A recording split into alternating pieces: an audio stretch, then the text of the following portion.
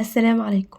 هنحضر مع بعض النهاردة لفة الجلاش بحشوة جديدة ومختلفة، وهقولك ازاي يطلع معاكي مورق وبصدر فرخة بس هنعمل بيها الحشوة بإذن الله. شايفين الجمال ومورق ازاي؟ هنسمي بسم الله، وأول حاجة هنحضرها هو الحشو. جبت بالظبط كده اهوت، حطيت صينية على النار ونزلت ب3 معالق كبار من الزيت، وجبت بالظبط بصلاية كده وسط وبشرتها ناعم ناعم خالص. تمام. واول ما البصلة تدبل معايا جبت حبايتين من الفلفل وقطعتهم مكعبات صغيرة. هقلب لو عندك فلفل سبايسي انزلي بيه. تمام. هقلب واول ما البصلة تاخد معايا لون ذهبي كده اهوت معايا كده بالظبط، آه صدر الفرخة اللي انا قلت لكم عليه، مسكته غسلته كويس جدا وصفيته من المية. تمام. وقطعته برضك مكعبات صغيرة خالص، واول ما انزل بيه هديله صدمة، ما اقلبش عشان ما ينزلش المية بتاعته. تمام. واول ما ياخد صدمة كده من تحت هبتدي ان انا اقلب. شايفين خد معايا لون بس لسه ما استواش معايا. تمام. جبت معايا كمان حبايتين من الطماطم يكونوا كبار وقطعتهم كمان مكعبات.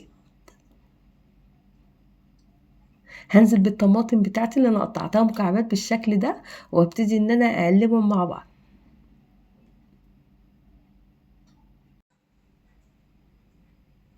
هنزل بالملح المظبوط، وكمان نزلت بالسبع بهارات وشوية فلفل. هقلب عشان كل التوابل كده تدخل في بعضها، وبعدين هسيبها بقى لمدة 5 دقايق، اغطيها كده واسيبها لمدة 5 دقايق وبعدين هقفل عليها النار. تعالوا بقى نشوف هنعمل ايه بقى بعد كده. عندي بالظبط كده نص كيلو من الجلاش. تمام. الصينية اللي انا استخدمتها كانت مقاس 30، دهنتها كويس بالمادة الدهنية. مسكت الجلاش بتاعي وقسمته على نصين، هاخد النص الاولاني وابتدي ان انا اخده من تحت. بالمناسبة انا ما خدتش ورقة، خدت كل ورقتين ودهنتهم بالمادة الدهنية بالفرشة. تمام. يعني مش ورقة، خدت كل ورقتين بالظبط، ودهنتها بالمادة الدهنية، وهيطلع معاكم ورق زي ما شفتيه كده في اول الفيديو.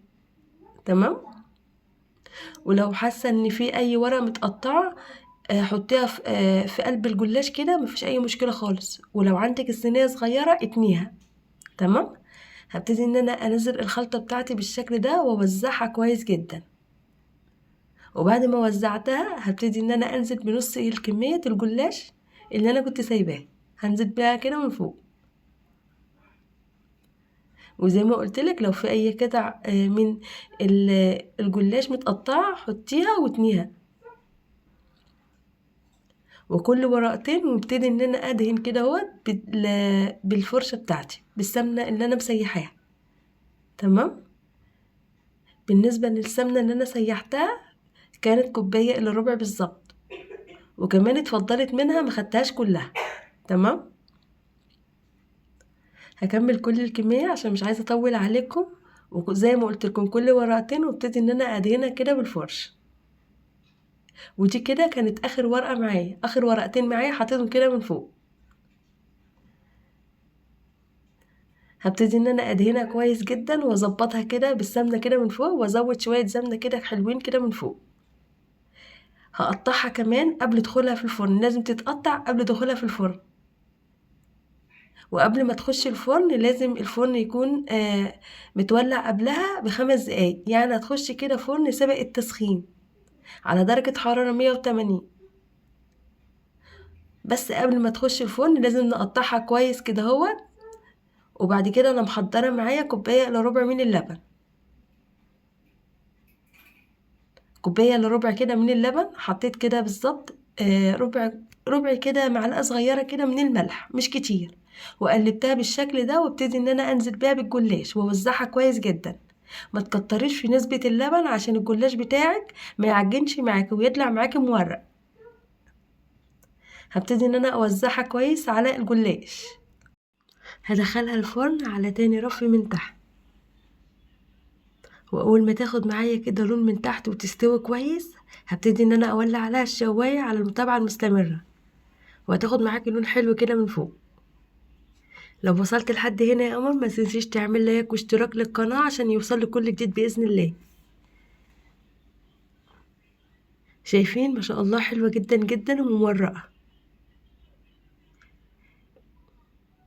عايزاكي بقى تعتمدي الحشوة اللي انا عملتها عشان ما شاء الله حلوة جدا جدا في الجلاش.